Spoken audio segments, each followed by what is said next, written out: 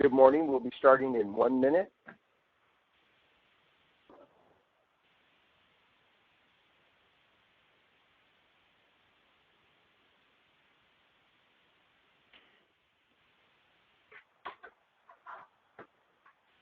Hello. Hello. Hello. Good morning. Good morning, Ken.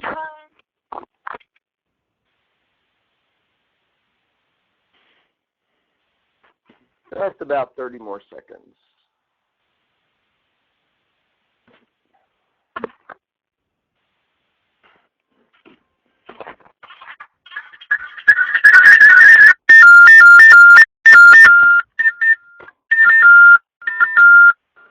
You are now muted. Good morning, everybody. Good morning. It is now 10 a.m. I do have all of you muted. Excuse me. And periodically I will open the lines, of course. So just be conscious of your background noise, if you will. So welcome to class number 5. This is Thomas Kuster and the Relationship Satisfaction Series. The title for this morning, I think I said tonight, but I meant this morning, is Digging Down and Points of View. So as you and I communicate verbally or non-verbally, we expose points of view. And our points of view can shine a very bright light on our primary needs. And in relationships that really matter, you want to be fluent in uncovering primary needs as well as points of view. It's a bit of an art, and it takes some practice. But this morning, we are going into the third communication skill. So the first two were awareness is number 1, clear thinking number 2, and now number 3, digging down. So as we get started, let's take a look at the assignment that you had between the last webinar and today. And the first one says the 5 needed and important interactions. That's supposed to be the 5 elements needed in important interactions.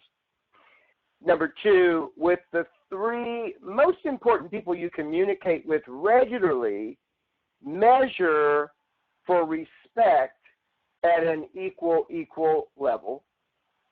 Practice clear thinking and bring a list of all the parts you've identified.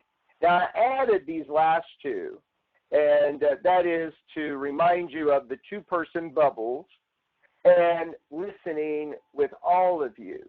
So I'd like to take a couple moments and open the line and just to check in and create a little interaction regarding respect messages. You are now unmuted.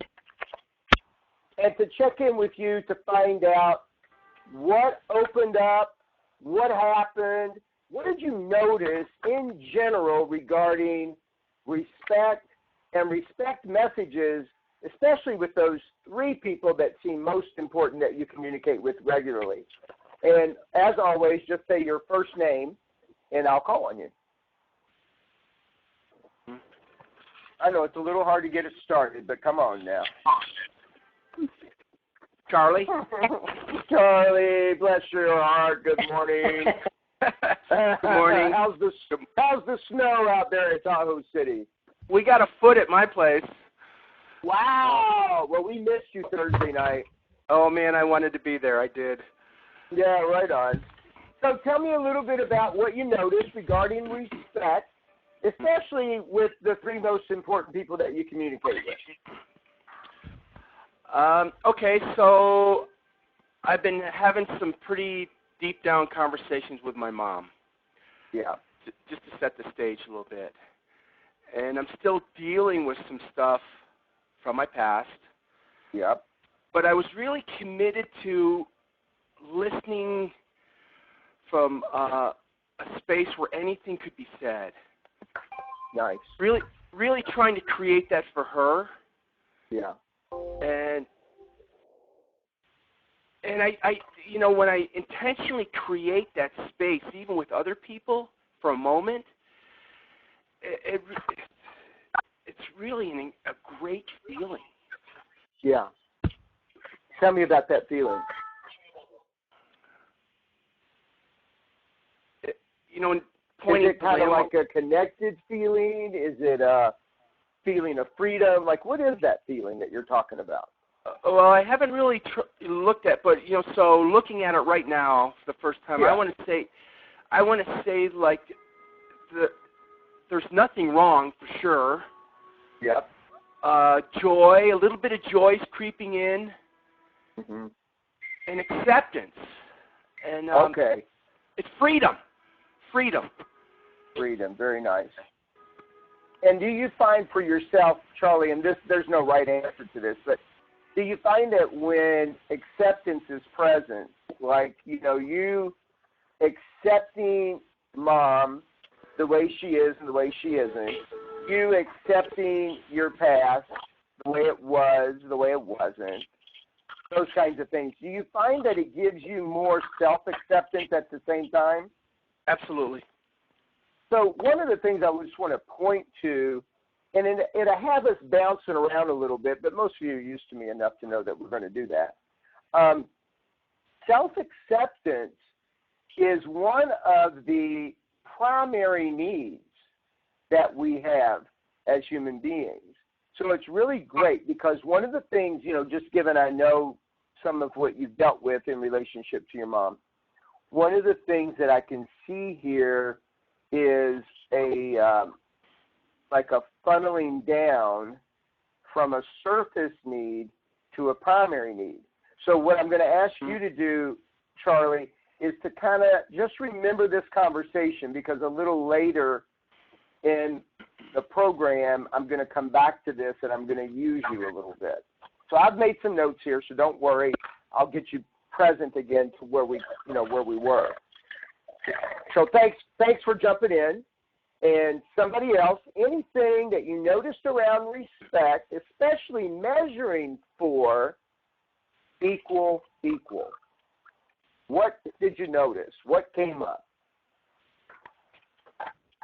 Andrea. Andrea, darling, good morning. So for me, when I did that, it's like time. Like it increased my time with that person. So one of the people is my daughter, Lauren, and my communication with her is, so in the morning I'm getting ready, she wakes up, and then she's anxious, and she's asking me all these questions that they're a repeat of what she asked the previous day. It's like Groundhog Day. And it's like Groundhog Day in my house. You know, every day's the same day. And so, like, just looking at her and being with her, not being with somebody who is cognitively delayed and looking all of that, and that I have to put up with it, and that I was awake at night with her, blah, blah, blah. Like being with her. And sometimes before I talk to her, I would just do some breathing just to get myself centered. And being with her and listening to her, being present, I'm filled with, so I'm being present to her. I'm speaking with respect and being respectful. It changes the dynamics, because if I'm talking to her like she's a little kid, that's a different dynamic than I'm talking to my equal in respect. Mm. And for me, I'm left with this like a peaceful feeling. Yeah. You know, I'm peaceful. I feel, so even though she may not be having a good morning, I'm filled with peace. And sometimes, it changes the morning. Just using this with, Charlie talked about, and with others. So I used this. I'm talking to a parent, and I'm really being present. And this parent has rescinded permission for her daughter to be in speech. I've never had that before. She revoked her consent. I didn't even know where the form was to handle that. And just being at peace and speaking to this mom and looking into her eyes, and this is what she wants, and not making her wrong, I was left with peace and a relief. Yeah. Yeah. Like, whatever, just like the universe provided that I'm not going to be in contact with this woman, and that's okay. Sure. I don't know, I'm making up that story, but in the past I would have made it like I'm wrong and I did something wrong and it's about me, and right. She's Well, what I hear in what you're saying is that so there was the whole conversation for respect, but what I really hear in your communication is the letting go of any resistance. Mhm. Mhm. That's what I hear mostly. Like you really just let go of any resistance, allowed yourself to be with what's so as what it is, and then responding accordingly. When we resist, what's so is still what's so, right? Even if we're resisting, but then we're not in a space of response. We're in a space of reaction. Mm-hmm. So that's what and whenever there's no reaction and there's all response, you have the possibility of peace. So I get that. Thank you. Thank you.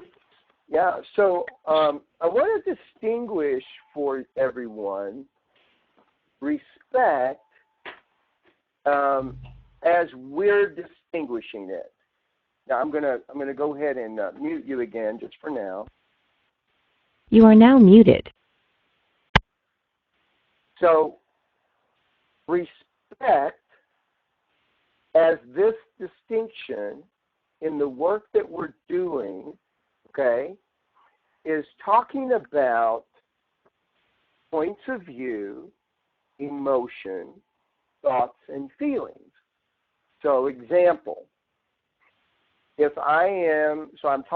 was talking to Andrea, and who I am with Andrea is an equal respect relationship.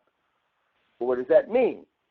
What it means is I hold her points of view, her emotions, thoughts, and feelings equal to my own.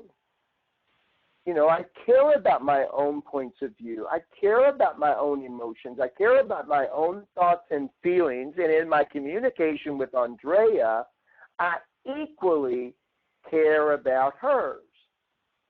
That is the respect, equal, that we're measuring for. Now remember that the way we're distinguishing this, there's two other ways that respect might show up. One is where I am superior to you.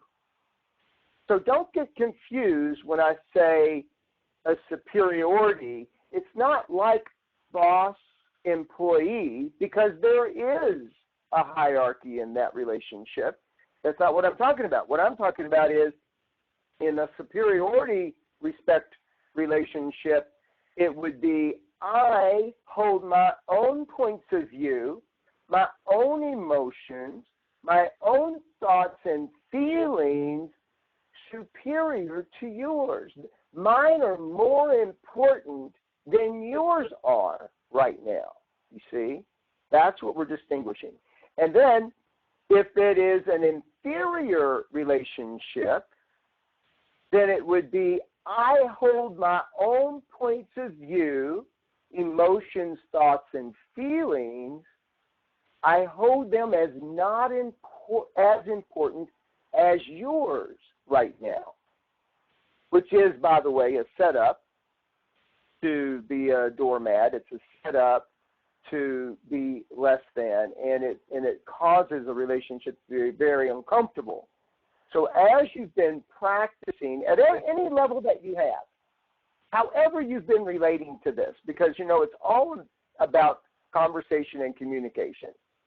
However you've related to it, what I want you to continue to notice is where in your life do you have this equal respect and where can you bring it where it's not? See, Thursday night we had our live interaction or workshop, and we were talking about respect. And one of the things that really came up for me in the room is that it's not necessarily, equal is not necessarily generated, if you know what I mean. It's almost like some relationships are calling for that and are that, and others aren't. And now you get the opportunity to look at where you can be responsible for those relationships being equal. See, what I've taken on for myself is that I'm interested in more respect relationships that are equal, and I'm less interested in those that aren't. And I'm starting to see that in some cases I don't necessarily have a say. And if that's the case, what do I have a say about? Well, I have a say about where I spend my time and with whom. I do have a say about that. So, just allow it to come up, whatever comes up, so that you can see whatever there is to see. But most importantly, there are the relationships where, like, if you are with your spouse is your spouse. And if you notice that how you relate to your spouse is in a superior way, then you might just take a look at what does that buy you. Like, if I'm in a relationship that is that way, what's the strategy behind it? Why would I have chosen to create that? And what steps or angles do I need to create equal? Because if I have equal, then the peace in the relationship is going to be a whole lot better than if it's not. Okay, so I don't want to beat that thing to death. It seems like maybe I already have, so we're going to move on. I asked you to practice clear thinking. And clear thinking is being present, is allowing yourself to slow down and to really be and listen with all of you. So in this next moment of getting a little bit of sharing, and then we'll move into the meat of the morning, I'd like to hear a little bit about listening with all of you and clear thinking. You are now unmuted. So just say your first name and anything you want to put into the space here. Hear an echo. So keep in mind, clear thinking is skill number 2. I think somebody might be listening with their computer. If you are, just mute your phone. Okay, would that be Shift 6 or Control 6? No. Mute your phone. On the phone. Oh, no, I'm on the computer. I'll mute it. Okay, I'll mute it. Thank you. All right. Thanks. There we go. Now we're not echoing. Thank you very much for that. Appreciate it. Got it? Yeah, I can hear you, but I don't hear the echo, so that's perfect. So anything around clear thinking or listening with all of you? Okay. All right, Charlie? very good. Yeah, Charlie, go ahead. Thank you. There was definitely 3 or 4 times when I was really created listening with all of me. Yeah. And how it occurred to me is like there was nothing else there, just us. Yeah, very good. Yeah, very good. It takes a lot of practice, doesn't it? Now, for some people, I notice it seems more natural. I have moments where it occurs more natural for me, and I have other moments where it seems like I really have to generate something. But thank you. That's really good. Really good. And keep on practicing listening with all of you, and I really encourage it for everybody on the phone, because you really want to get to a place where it becomes a natural way that you are. And by the way, I want to remind you that that listening with all of you can also be very exhausting. You know, it can suck all the energy out of you, and you're not interested in that either. So it generally only takes a few minutes of listening with all of you to give someone the experience of being completely connected.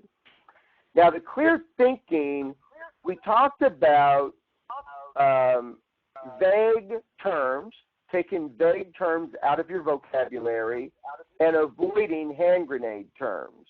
So vague terms is like being ambiguous. You know, I thought there'd be more conversation around it, so I didn't have something necessarily to use as an example right off. But I guess the best example I can use is sometimes folks will say to me, well, I had planned to do X, Y, and Z, and it didn't happen.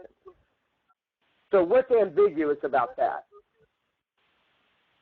I planned to do X, Y, and Z, and it didn't happen. I planned to clean my house, and it didn't happen. I planned to take care of my garage, and it didn't happen. Andrea? Yes, Andrea. Well, like it is something outside of them. I didn't clean my garage. I didn't do this, but I planned to do it, and it didn't happen. It's ambiguous. Like did somebody stop you? But there's no responsibility. You're not taking responsibility. It's ambiguous. Exactly. So we do that in our relationships.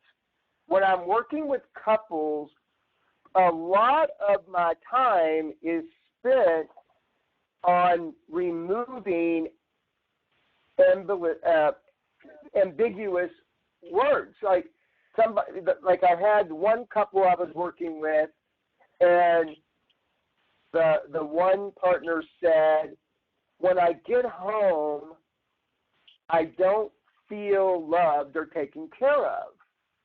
It's just not there. Now, as the coach, I'm listening, and I'm left with the question, well, what does it mean? It's not there. I'm not loved at home. What does that mean? Are you saying, finally we had to get it down to saying the partner's name. My partner doesn't show me affection when I'm at home. I don't feel love from my partner at home. So that it takes this ambiguity out so that you actually have something tangible to work with. I hesitate the word responsibility, even though we are going to be using it a lot this morning. So I just want to put in this space that, of course, when we say responsibility, it's not about a burden or a blame or anything like that. It's responsibility as in the ability to respond, the fact that you have something to say about it. So if I plan to clean my garage and I didn't clean my garage, I now have something to say about that. But if I didn't clean my garage, if I planned to clean my garage and it didn't happen, then it's as though I have nothing to say about it. Like Andrea says, like some outside force made it happen or not happen. Okay. Very good. Anybody else on that topic? Joanne? Yeah, Joanne. Good morning. Good morning. I just swallowed something. The wrong bite. I actually... so sorry about coffee. That's okay.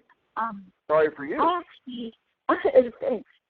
I actually just told people about hand grenade words and topics and sentences. Mm. And so, I was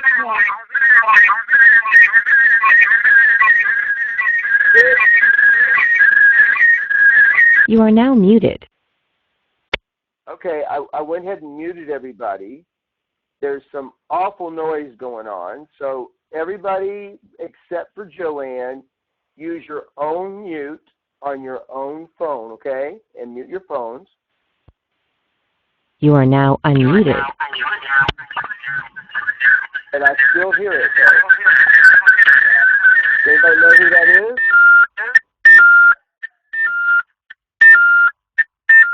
You are now muted. Sorry, Joanne. It looks like we're going to have to stay muted for the moment. If you want to try pressing *6 and see if it'll bring you in, that'd be great.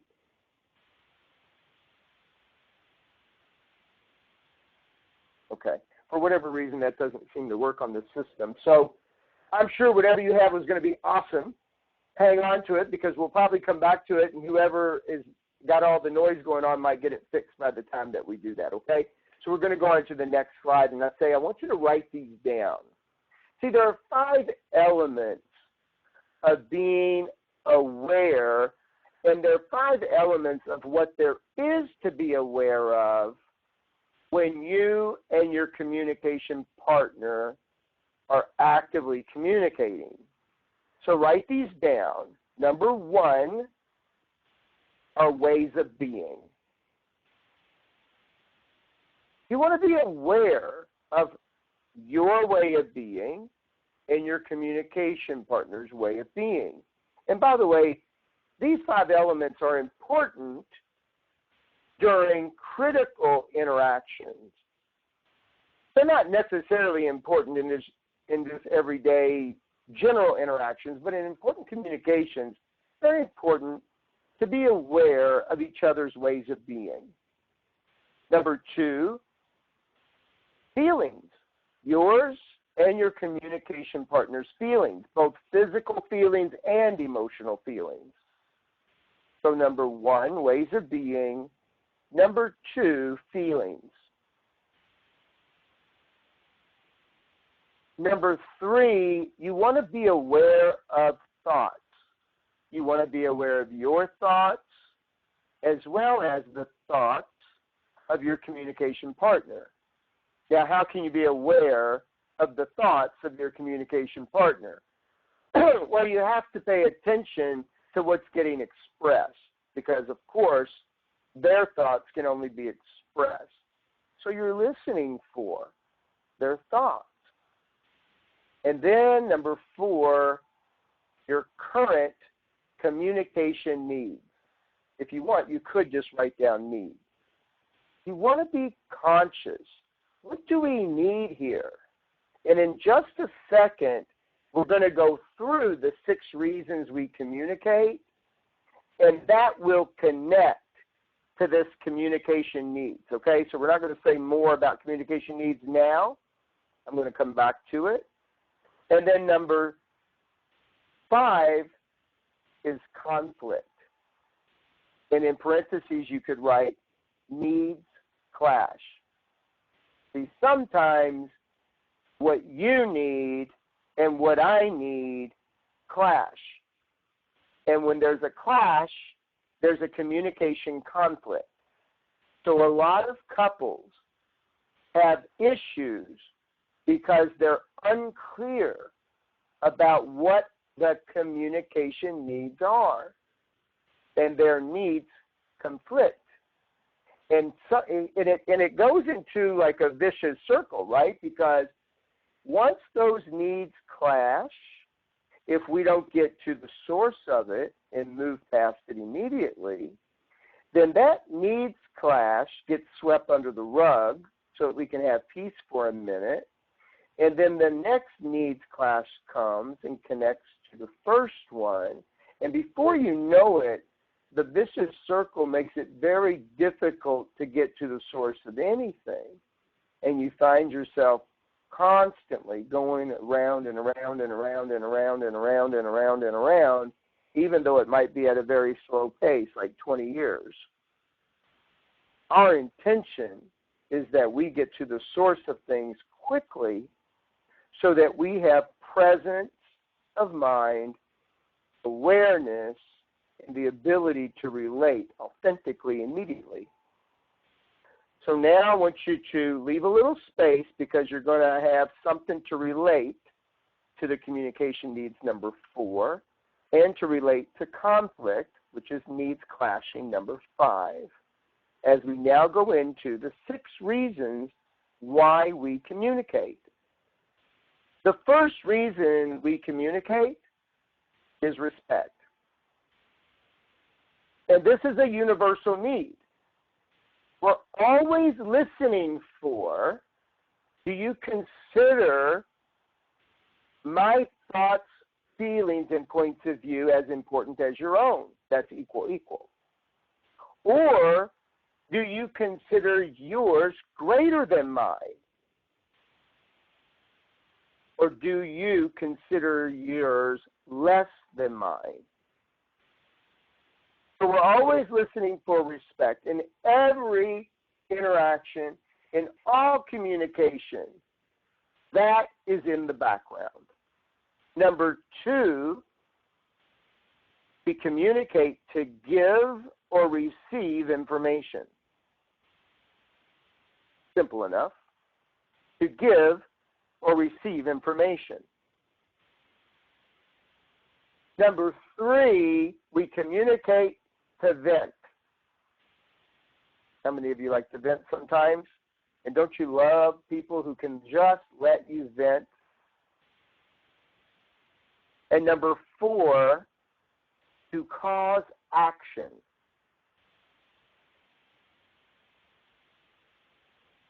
And also on number 4, you could put a slash or parentheses and put feel potent.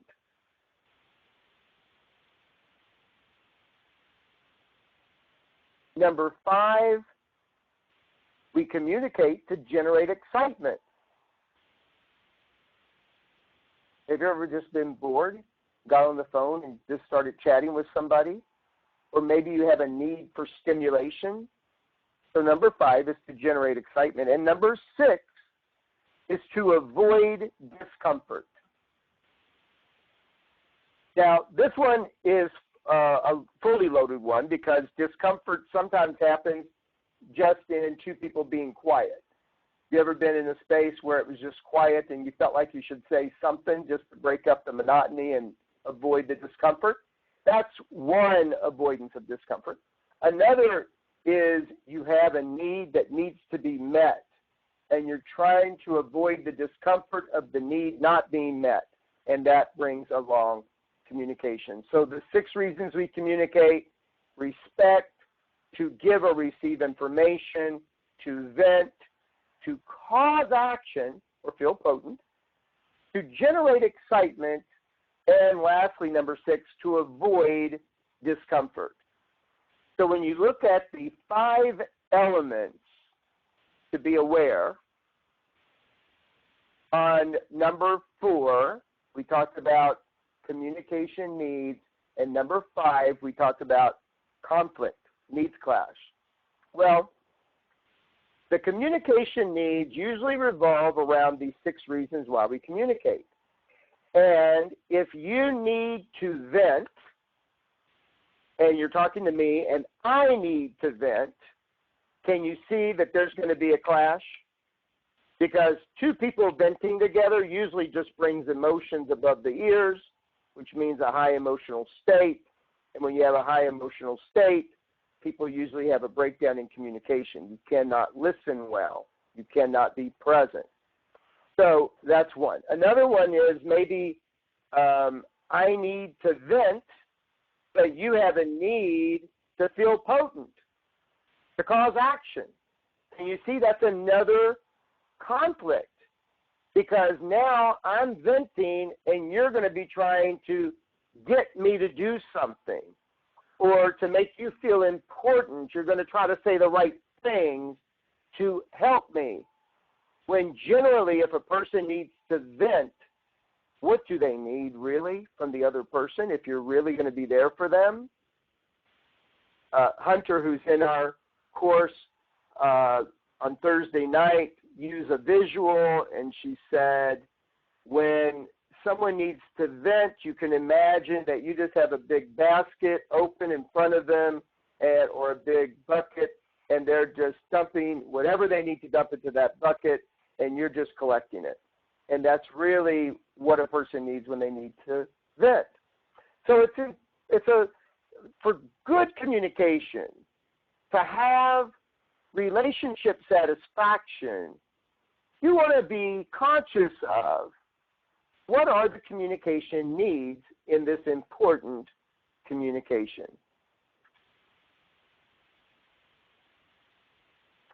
So this morning, it says tonight because this comes from the other evening, we will be discovering digging down, surface versus primary needs, radical release, and you're going to leave here this morning with some practices to take on. So what is digging down? Well, digging down is a way of listening and asking questions during an interaction to get to points of view and primary needs. So in order to talk about primary needs, we need to distinguish surface needs. So surface needs, you can tell just by the name, are those that ride on the surface. They're usually right there. They seem very important. You know, I need to be listened to. I need to be heard. So if I'm with my spouse, I might say verbally or non-verbally, I need you to listen to me.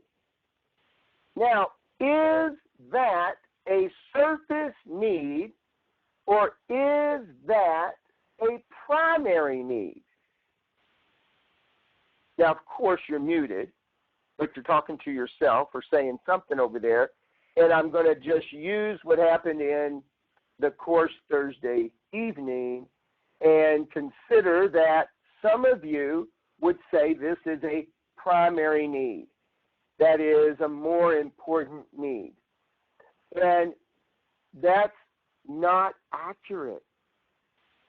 Now, just be a little surprised for a second, but I'm going to get you to the place as we dig down. Notice on the screen there are 3 levels to digging down. You always start at the surface level, and the surface level always holds someone else responsible. So a surface need is connected to somebody else is responsible. So you can hear in I need you to listen to me. Who am I holding responsible? I'm holding responsible the communication partner.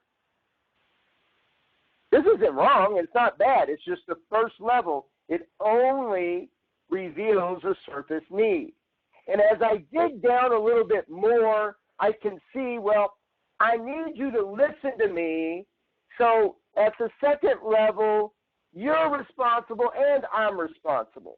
Because in order for me to get what I need, you need to actually listen to me. And in order for you to listen to me, I guess I need to be a little more interesting or more connected to you. So that gets us to others and I are responsible. That's the second level. The third level is where the primary need exists. And at the third level, I am responsible. So there are, in a few moments, you'll see a list, and I'm going to send this to all of you in a Word document, a list of primary needs that are typical that will get us to digging down. So, for instance, I need to be heard. What would be a primary need? Now, you don't have this list in front of you, but I'll just share some of what I see for myself, and then you'll have the list. So a primary need would, I need unconditional self-love, self-respect, and acceptance. I'm responsible for that. Only I can generate self-love. Only I can generate self-respect and self-acceptance. And that's very much connected to the surface need, I need to be heard. Why do I need to be heard? Why do I need to be listened to? because there's a primary need of unconditional self-love, self-respect, and acceptance. There's a few others that could connect to, but I just want to give you a general idea. And when you're digging down, it not only gets you to a place of primary need, but it also shines a light on your points of view. So imagine you're digging down, and your digging down exposes primary needs, and once you see the primary needs, you begin to realize you're the only one who can do anything about them.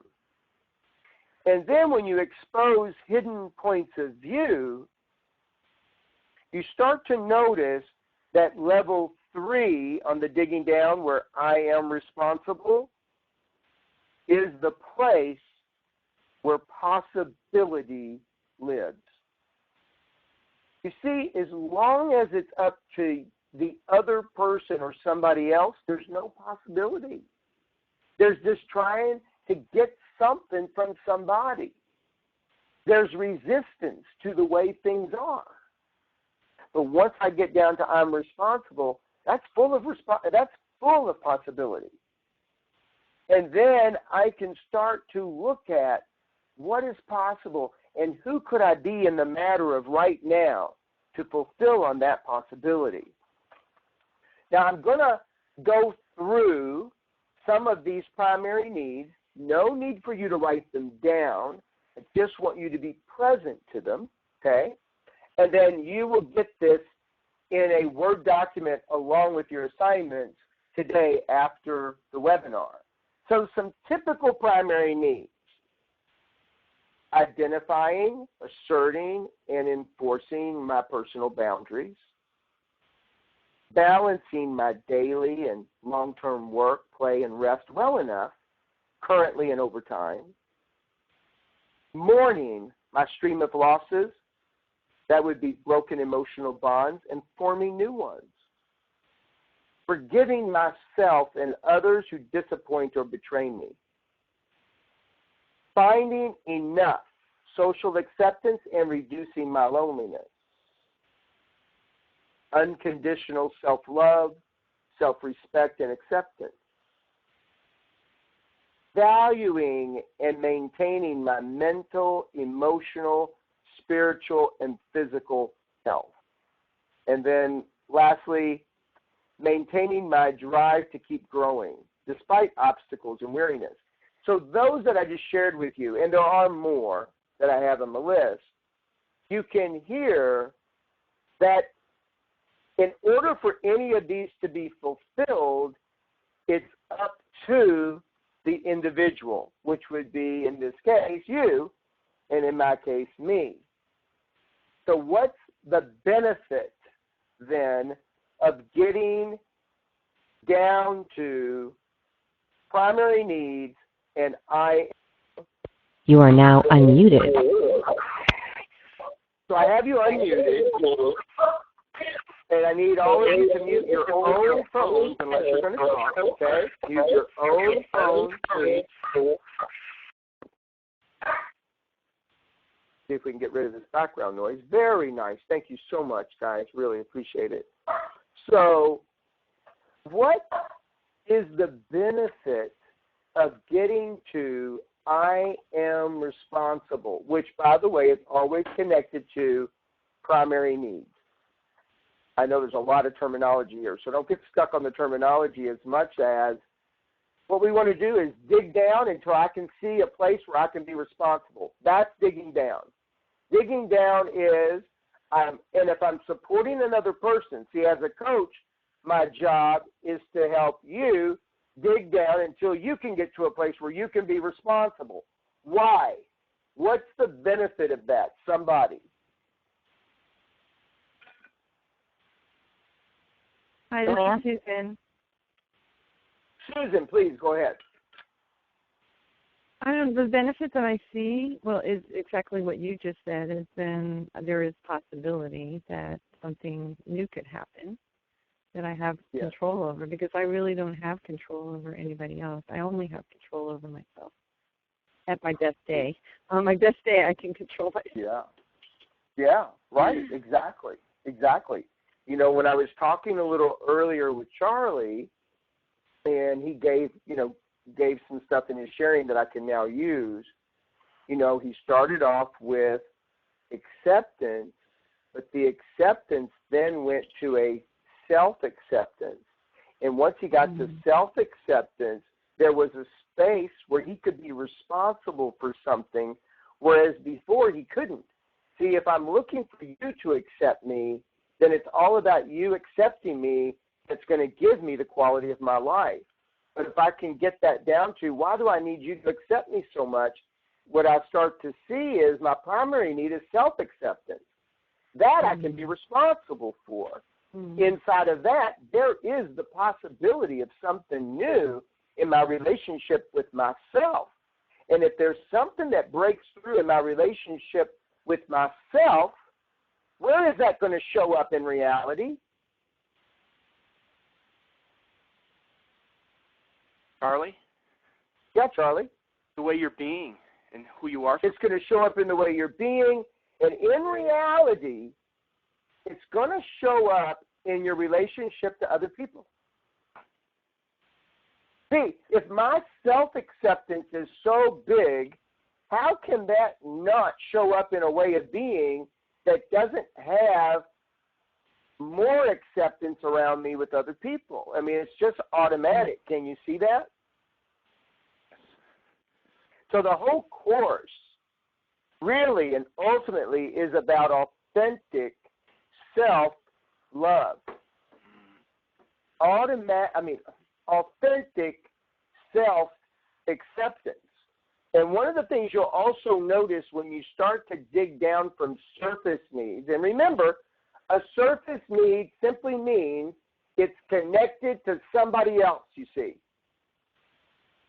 I had one, and this was a good one because it's very interesting. You know, you can connect it a lot of different ways. I need you to stop smoking. I need you to stop smoking. And that's a surface need because I need you to do something. Now, how in the world can you take I need you to quit smoking and dig down into a primary need? Any ideas? I need you to quit smoking. Help me dig that down to a primary need, somebody. I could see that. I could see that maybe you think by being with someone who smokes, then how is anyone else going to respect you? I mean, I could see that, like if you're not only smoking, let's say you're with someone who's 300 pounds, and you need them to stop eating because otherwise, what are other people going to think about you? Well, okay, so it's still surface needs, even if you're wondering what other people are going to think about you. But you're on a good track. So consider, well, let me give somebody else another shot at it, and then I'll dig down into it. Somebody else. Charlie? Dig down for me. Yeah, Charlie, go ahead.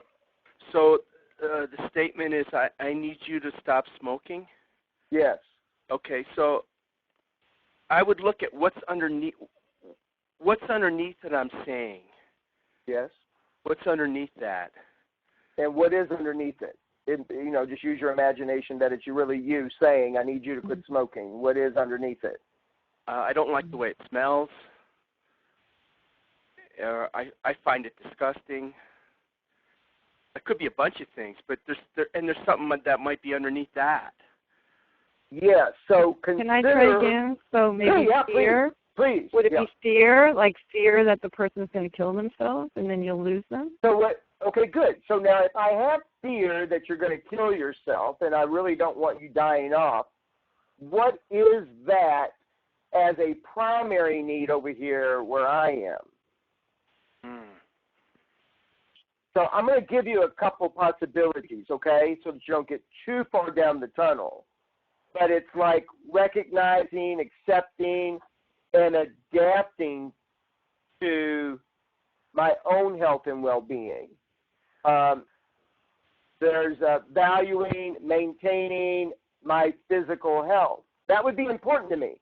So if I'm close to you and you're smoking, one of my primary needs is to take care of my own physical health. So versus I need you to quit smoking, what might I now do? You might take up smoking. I might do what, Joanne? You might start smoking. If you're around it, you might have a harder time staying smoke for yourself. Well, if I'm going to fulfill on the primary need, I'm going to take myself out of that environment. The primary need is valuing and maintaining my own physical health. So therefore, chances are I'll remove myself from the space where smoking's happening. Okay. Distancing yourself. Yeah, well, of course. I mean, I have to now, and that's another primary need is identifying, asserting, and enforcing my own boundaries. I can't stop you from doing what you're going to do. I can make a request that lives inside of my primary need because I'm identifying, asserting, and enforcing my personal boundaries. But I know ultimately my responsibility is, do I stay in the space or do I take myself out? Okay, good. Stuck with anything, anybody? Anything that you want to put in or want to dig into this a little bit more?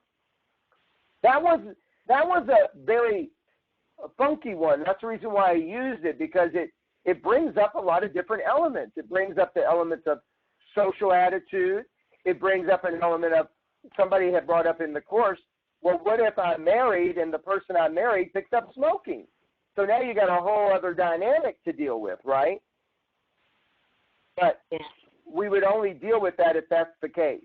We're not going to make up cases, okay? But still, it was good. It brought up a lot of different things. And in the course, people had the opportunity to discuss some of this with each other. Unfortunately, you only have me to discuss it with in this moment. So if you're going to, I'm here. If you're not, then we're going to go on to the next slide. Anything else on this one? Yes. I think that might have been me. Okay. So expecting others to fill your primary needs for happiness, security, safety, etc., if they won't or can't, simply leaves you frustrated, guilty, and with a lot of conflict. And, of course, that guilt and frustration and conflict could be there for everyone. So this, of all the 7 skills that we're going to be learning, is probably the toughest one to master, because the mastery requires you to take full responsibility for the quality and the productivity of your own life. And that takes true self-leadership. And the other parts, all your other personality parts, must be in harmony with the true self in order to have digging down to primary needs fully effective. Which, by the way, is the reason why I've led you through and will continue to lead you through some of the exercises and practices that give you the possibility of being fully aware and fully present. And we're going to take that opportunity, and we're going to do that right now, and we're going to do the heart meditation. So I'm going to ask those of you who are not behind the wheel of a car to put yourself in a very comfortable position, please, and just to relax yourself the best you can without resisting anything that's going on around you or anything about your own physicality. So very good. Just close your eyes as though you were about to meditate, as you were going into a meditation. And I'd like for you to breathe gently but deeply into the center of your chest, the heart space.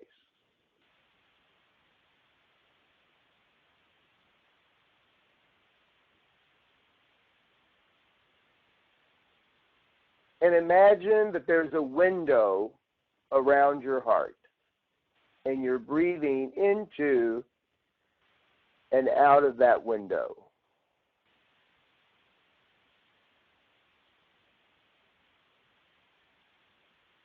And as you're breathing into and out of the window, notice a small flame in the center of your heart, blue, orange, white, a beautiful flame right in the center of your heart.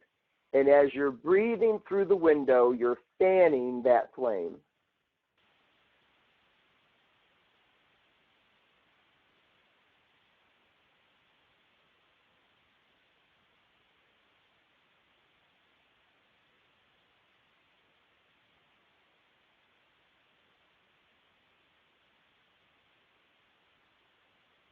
And that is the flame of purification. And in this moment, notice thoughts are arising. Don't do anything about the thoughts. Don't hang on to them. Don't resist them. Just allow them to arise. But on your in-breath, pull those thoughts through the window, through the flame of purification, and into the abyss where thoughts can go. And on the out-breath, breathe out the quality, acceptance, and purity of the heart. And just keep doing that now.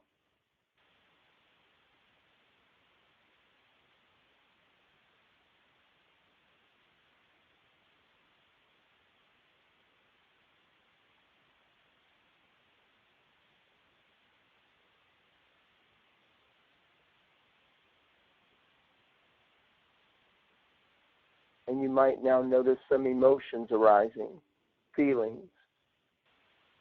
Don't resist the feelings or emotions. Allow them to be, and breathe them through the window of the heart, through the purification flame.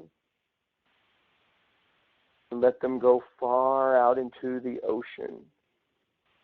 Feelings and emotions. And breathe out the purity and acceptance and quality of the heart.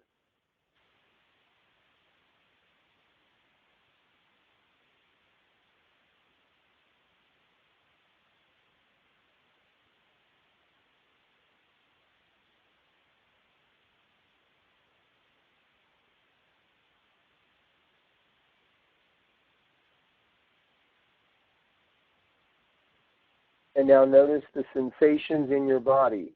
Tension, discomfort, even relaxation. Just notice the sensations in your body. Don't resist the sensations. Allow them to be, but breathe them through the window of your heart, through the flame of purification. All the way in, like a mother receiving her child. And then breathe out acceptance and the qualities of the heart.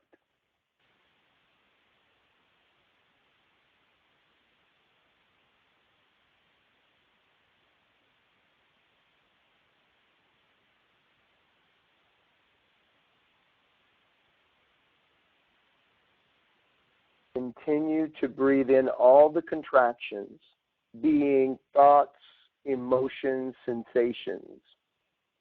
All contractions are connected to points of view, and all points of view limit the expression of life energy where you are.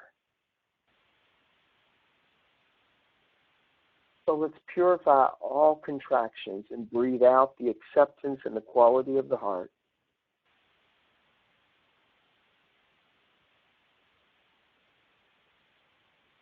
Allowing yourself just to be.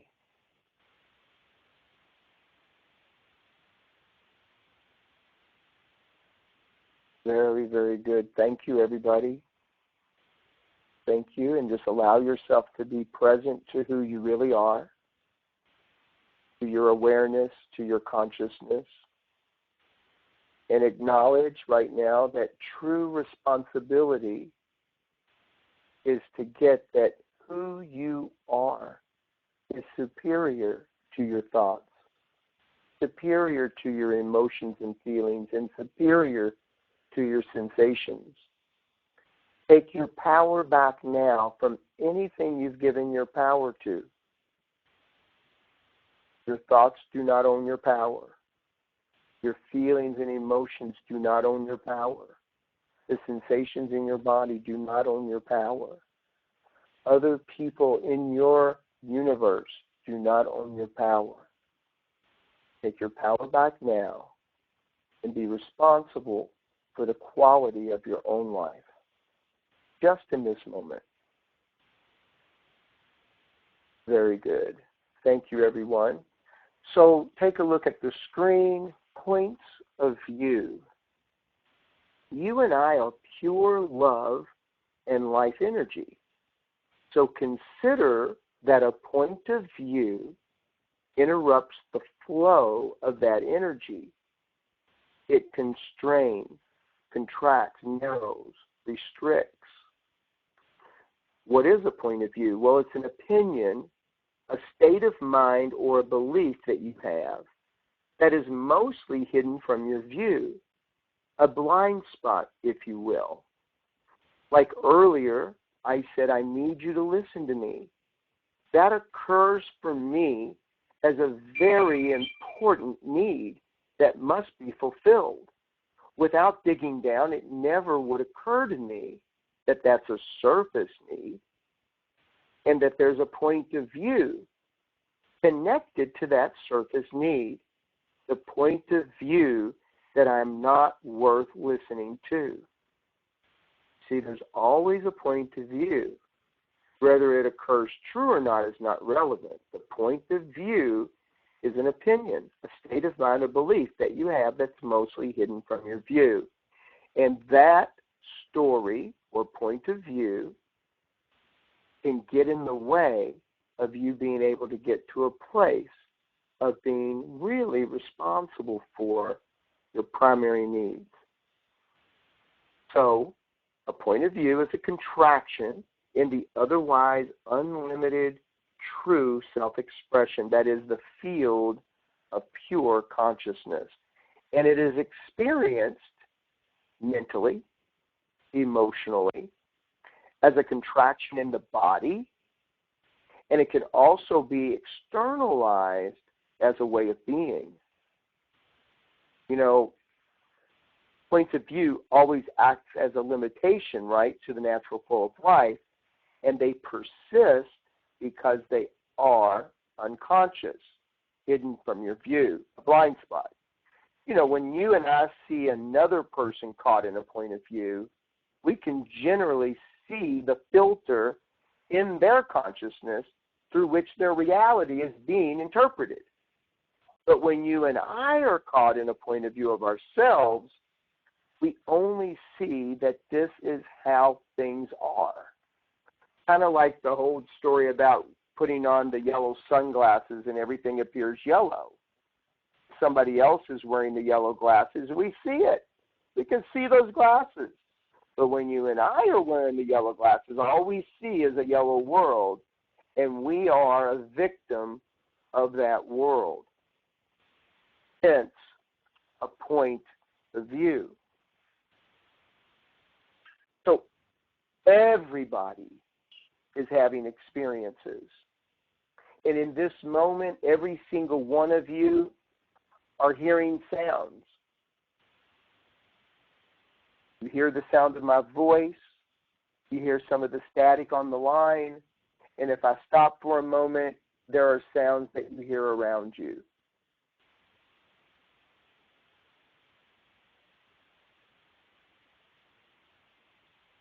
Hearing is happening. And if your eyes are open, there are shapes, there's colors, and there's things moving. If you drop the labels and just allow color, shapes, and movement, you'll notice that seeing is happening right now.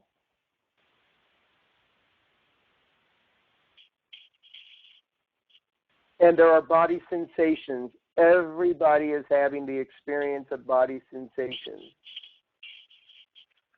And none of these experiences, the hearing, the seeing, or feeling, takes any thought or decision on your part. They happen automatically. Everybody's having experiences. However, even though we're all having experiences, there is another layer on top of our sensory-based experience that's also real in this moment, and that is the thinking layer.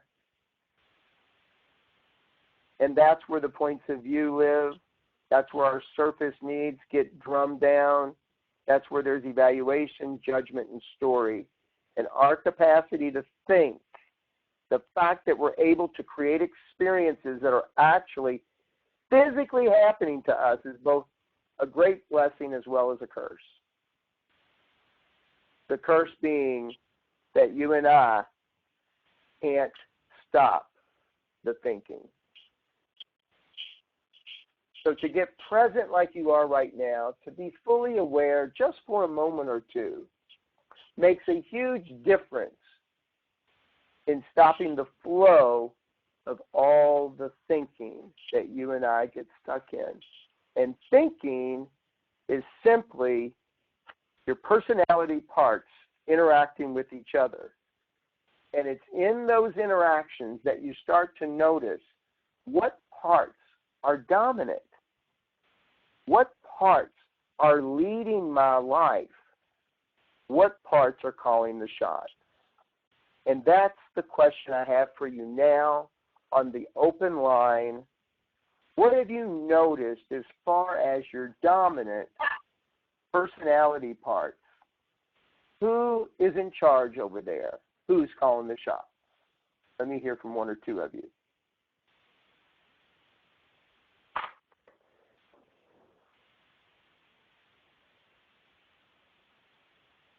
Okay. How about if I have somebody just read what's on the screen? Would somebody do that, please? I think the line's open. Jean. I'll do it. Jean. Thank you. Go ahead, Jean. Subpersonality theory.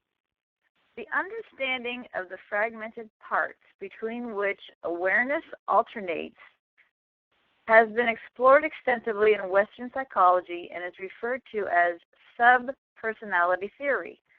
A subpersonal personality is a point of view, a crystallized belief about ourselves.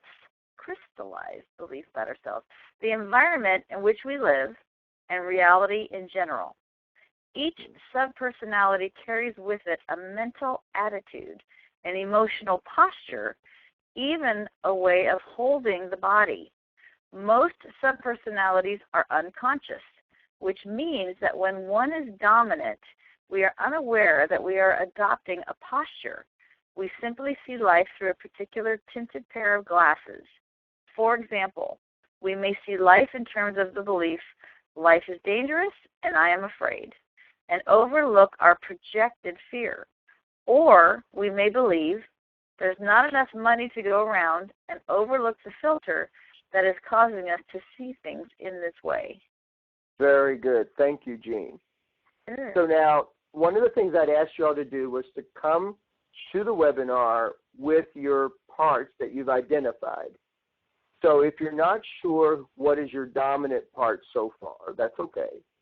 Just somebody step up and share with me 2 or 3 parts that seem to be the loudest over there where you are, and let me work with you a little bit and distinguish them a little further.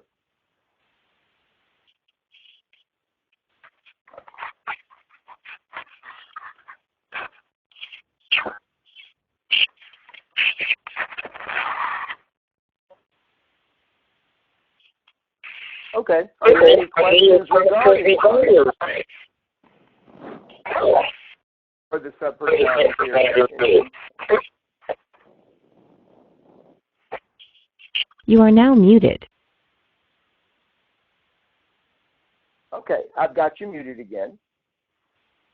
And now on the screen, you'll see that resistance is the source of all discomfort. So every single one of you have a personality part that we call the illusionist. And the illusionist part is the curtain that your resistance hides behind.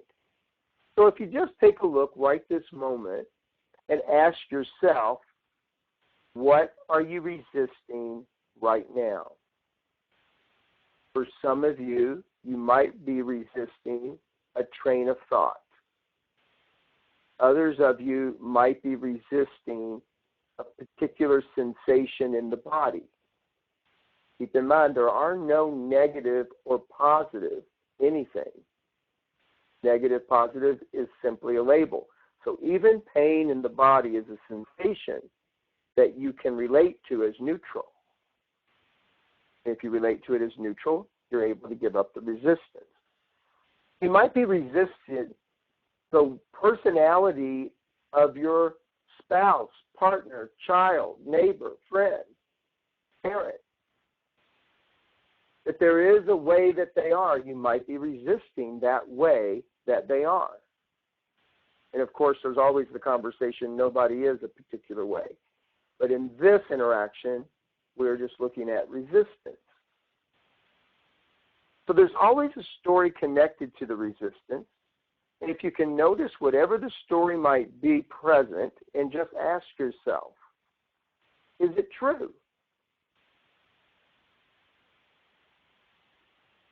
And can I give this up?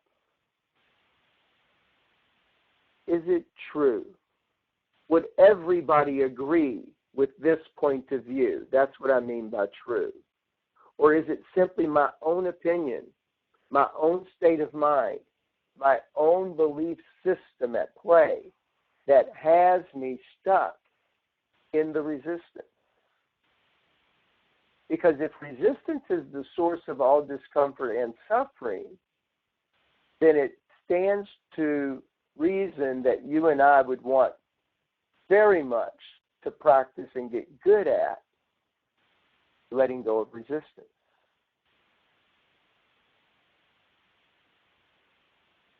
Now, next, so you're going to see on the screen that I didn't change it. Duh, I should have. So this Saturday we'll do webinar in Class 5, which is right this minute. That's what we're doing, okay? Next Saturday is Class 6. And Class 6 is early because of the holiday, okay? So next Saturday we'll be doing our Class 6 webinar. Please don't miss it. I'm going to give you 2 practices to do. One is called the slow down practice. Don't worry, you haven't seen it yet, but you will. And the other one is the awakening exercise practice. So I'm going to have you do those 2 practices between now and next week, okay? I'm going to ask you to do awakening once a day. And the slow down practice, you'll do periodically throughout the day anytime you are conscious of it. And then I'm going to ask you to practice digging down within your own parts and practice digging down with your communication partner. Now, this says set up 3 appointments right now. This was in the live room, okay? So you guys work this out with the partners that you have. For any of you who don't have somebody you're working with, email me so that I can either set you up or I can set up a call with you that we can dig down together so that you get a better idea of how to use this skill in your own life and get the value and benefit of that skill, okay? So now I'm going to show you the slow down practice, and then I will lead you through the awakening practice that you'll do daily. So the slow down practice, very simple. Slow down in the midst of any activity during the day, raising a cup of tea to your lips, reaching out to answer the phone, whatever, continue doing exactly as you have been doing, but slow your movements down. Move at a quarter of the usual speed or even less. Become aware of the minute details involved, the movement of individual muscles, the thoughts and feelings that accompany each action. Practice in this way for several minutes and then continue on with your day. You are now unmuted.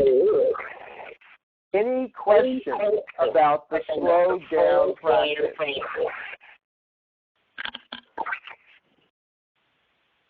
I'm going to take that as a no. Keep in mind the line is open. And I've lost my You are now muted. I lost my notes on the awakening, so hang tight, hang tight, hang tight, hang tight. It is roughly you're going to use like 20 minutes. It's a meditation period, okay? And that's gone. All right. Well, I misplaced it, so it will be in your in the email that I'm going to send out to you in the next 30 minutes. But basically, so I'll give you the basically of it, but you be sure to read it, okay? So it's simply doing some of the work we've already done, like bringing focus to your breath, allowing yourself to get present to hearing sounds, allow yourself to get present to feeling sensations. It all just brings you to right now. And your breathing, the reason why you use breath is because breath is a right now phenomenon. So it is the easiest track to get on to get you very centered and present. And then you're going to rest in the questions. And don't get stuck in having the right answer or any answer. Who or what is experiencing this very moment? Who or what is experiencing the hearing of sound? Who or what is experiencing seeing, color, movement, and shape? Who or what is experiencing the sensations in the body? Who or what is experiencing this moment? And you allow yourself to be in those questions, not for the answer as much as for getting to absolutely nothing. Consciousness and awareness. So I will be sending out in a few minutes, I'll send out the assignment. I'm going to give you an opportunity to share or ask anything that you might like to right now, and then we'll complete this morning's webinar. You are now unmuted. So you are unmuted. I'd like to hear from a couple of you just to complete this morning's webinar, please. Jennifer? It could be questions too. Yeah, Jennifer, good morning.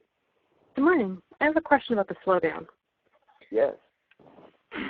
How many times a day would you suggest doing this, and for how long? Okay, perfect question.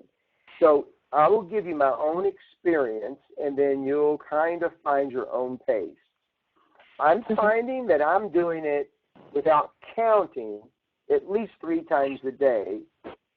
However, I do have clients who do it once a day, like they on purpose do it 1 time a day. I like doing it multiple times because if I have the moment to do it and it's come to my mind, it's easy enough to do, and it takes about 60 to 90 seconds. So it's not a long-term process. It's very, like right now I'm picking up a bottle, and I'm allowing myself to feel the bottle in my hand, and I'm allowing myself to feel the coldness of it, the temperature, and feeling my fingers actually grip as I, bring it up to my face. So what will happen is you'll start to notice resistance built up in your body that you otherwise wouldn't notice. And you'll also notice that you'll have a tendency to slow down in your thinking, and you start to get a little more clear.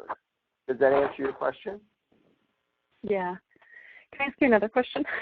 Of course. About, at the beginning we were talking about the 2-person bubble and just reviewing that. Yeah. Is there does 2-person bubble only work when you're face-to-face with somebody? You mean versus on the phone with them? On the phone or through email or in any other form of communication? I would say texting and email aside, because I had never considered that necessarily, but on the phone you can definitely have a 2-person bubble. So a 2-person bubble is simply equal respect. They're the same thing.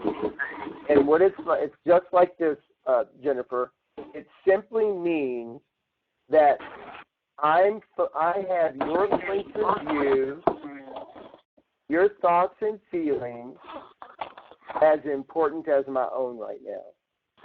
That's what the two-person bubble is. I am aware of you, and you're aware of me. Okay.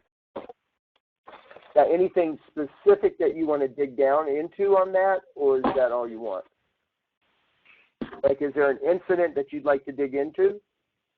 Well, I was just thinking about your classes have really opened up my filter, I guess.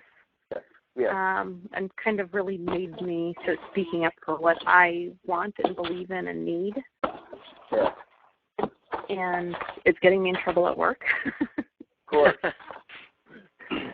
Because people aren't used to me speaking up. And so when I do, they say that it's wrong for me to do so. Right. And how is that for you? Like, when that resistance shows up from the people around you, how is that for you? It's horrible. It feels like the people I work with don't have any respect for anybody around them and don't care about the feelings or the needs of Somebody stop moving around, please. Go ahead, Jennifer. I'm listening to you. I just wanted the noise to stop. It's okay. I was just saying it's really hard because I work in a hospital and I talk a lot about paying attention to the needs of the families and the people we work with and our staff, and yet the leadership in my department is trying to hide and is invalidating other people's feelings.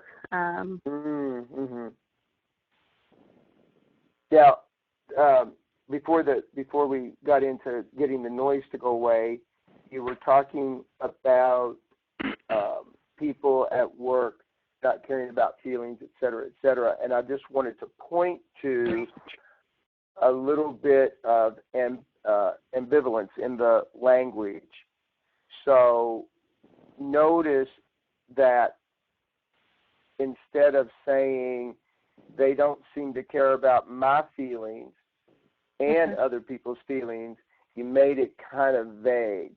Just something to notice. I don't want you to worry about it, but just notice where you do that and see if you can start making, taking that out and making things a little more concrete. So, like, if what you're trying to say is, I'm asking that you give me more of your attention, you say, I'm asking you give me more of your attention, versus, people really do need more attention from you. See, then that makes it vague. Instead of me getting what I want, now it's like vague, hoping they get the message. I see. Yeah, you're right. Yeah. Now, the other thing I just want to acknowledge, and this would be for everybody, and we've all experienced it, and sometimes we don't know really how to label it. Whenever you start to shift your ways of being, not all the people around you are going to support it, because, you see, how you've always been fits for who they want to be. So let's say, Jennifer, you've been in a circle where there are some people who could be superior with you, and it's always been that way, and now you're shifting your way of being. It's now interfering with how you help them see more of what they were, you see. So there's going to be a little unconscious tug of war. Yeah. So don't resist it. Just notice that's part of it. It's part of growing. It's part of expanding. And also, you might notice if you're swinging the pendulum too far in one direction, because sometimes when we've been victimized, I'm not saying you've been victimized, but I want to use the extreme. Sometimes when we've been victimized and we start to get free from it, then we become the victimizer without even realizing it, because we go to the other side, and then we need to just bring it back down to the middle. It's all very natural, all a part of it. Does this support you? Yeah. Is there anything else? Thank you. No, My pleasure. Okay, good. Anybody else? Anything you want to say to complete the call? Charlie? Yeah, Charlie. And then Jean. So getting back to personality parts, Yes. what I've noticed is that when I get present to them, they tend to disappear. But Good. one of the parts that I've noticed and I've labeled as Mr. Angry or Mr. Rage Man, Yeah. is that it occurs to me like that part of me is really committed to having more desirable outcomes, Mhm. or more of what I want in my life. I would say desirable outcomes or better results. Yes. And it's using rage and anger as a way to get that. Yes. Okay. So now if you were going to bring transformation to Mr. Angry, Yes. you would want to train him in how to get results using other methods that are more desirable and that are less imposing on the life energy that is Charlie. Got it. Well, I agree with that, but where my next thought was, I mean, all that energy I expend when I'm angry, I would prefer to direct it into causing what I want in my life. Sure. So let's take a look at, first of all of that expression. If you've ever trained a dog, dogs bark a lot and get anxious because they have energy that's not expelled in a positive way, right? And so somebody who might know something about taking care of dogs might say, oh, you need to walk your dog more often. You walk your dog, they don't bark. They're a lot quieter, et cetera, like that. So it's the same thing with Mr. Angry. It's like, okay, so let's just say the expressed anger or rage is a dog barking. Let's just say that, okay? Okay. And if you were going to train this dog in a new way and you used the same elements that I just said to you, then you could see, wow, there is a lot of energy there that's not getting expelled, used in a positive way. What would be a positive way to use that energy? Yeah, I guess that's where I'm stuck right now. Ride a stationary bike. Run around the block. See, what's happening is what it sounds like. Of course, I don't live in your skin, okay, so I can't swear that this is exact, but I want you to just take a look with me.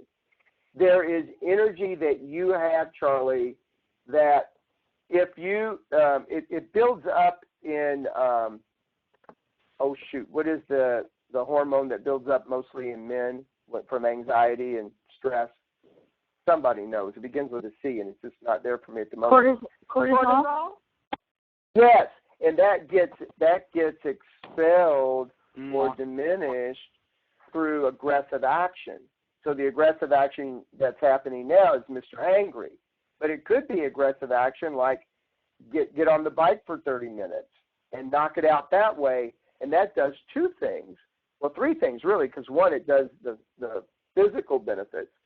The second is it's using the energy to get rid of the cortisol, and then you have clear thinking. So the very thing that you want, which is how do I get more of what I want in my life and have it go, more the way I want it to go, you'll have the clear thinking to be able to start strategizing that. So, I don't know what kind of resistance might have come up for you when I said that, There may be some. It might be like, well, screw that, I don't have time to do that. Well, and you might be right.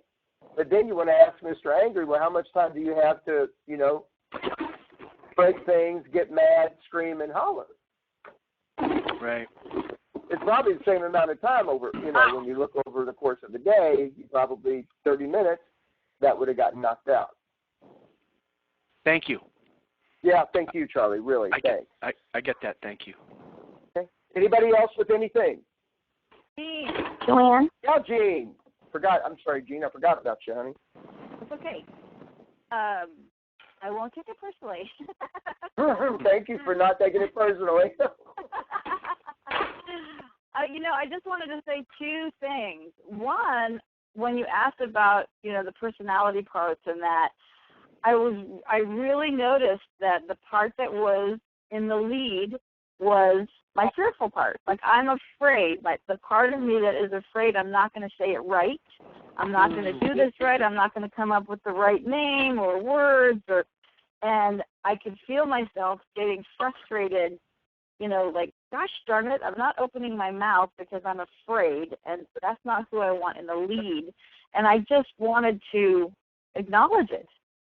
Yeah, very good. Thank you. Thank you for doing that.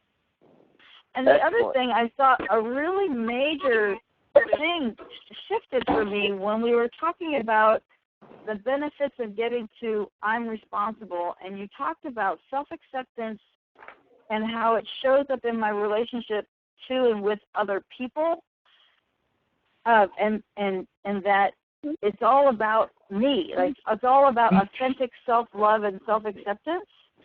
Yes. And I don't know why this necessarily came up, but, there's things going on for me. You talked about identifying and asserting my personal boundaries, that surface needs are connected to someone else.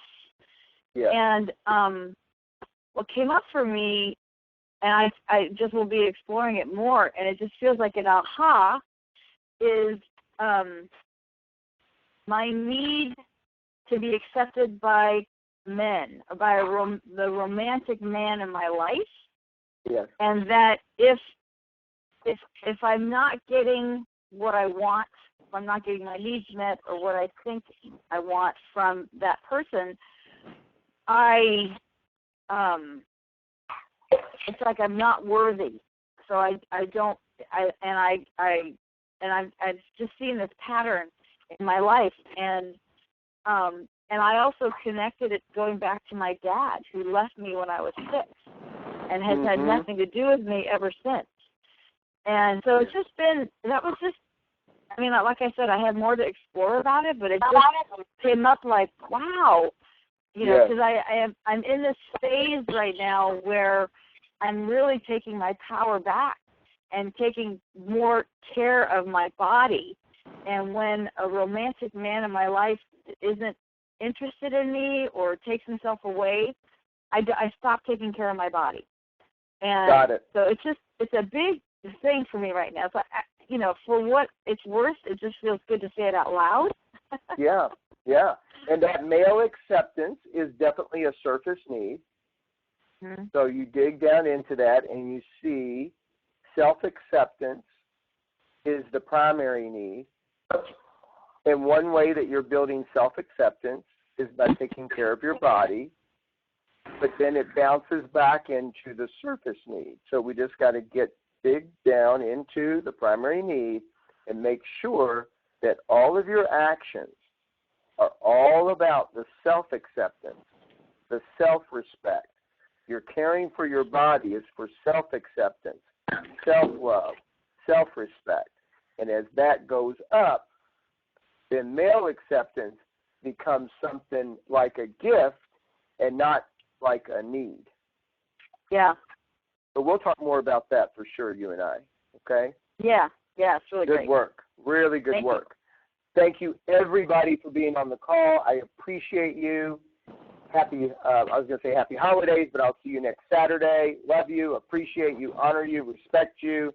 Have a wonderful rest of the day. You'll get an email from me in a little while. Thank you so Bye-bye. much, Thomas. Bye, Thomas. Thomas? Thank you. Thomas?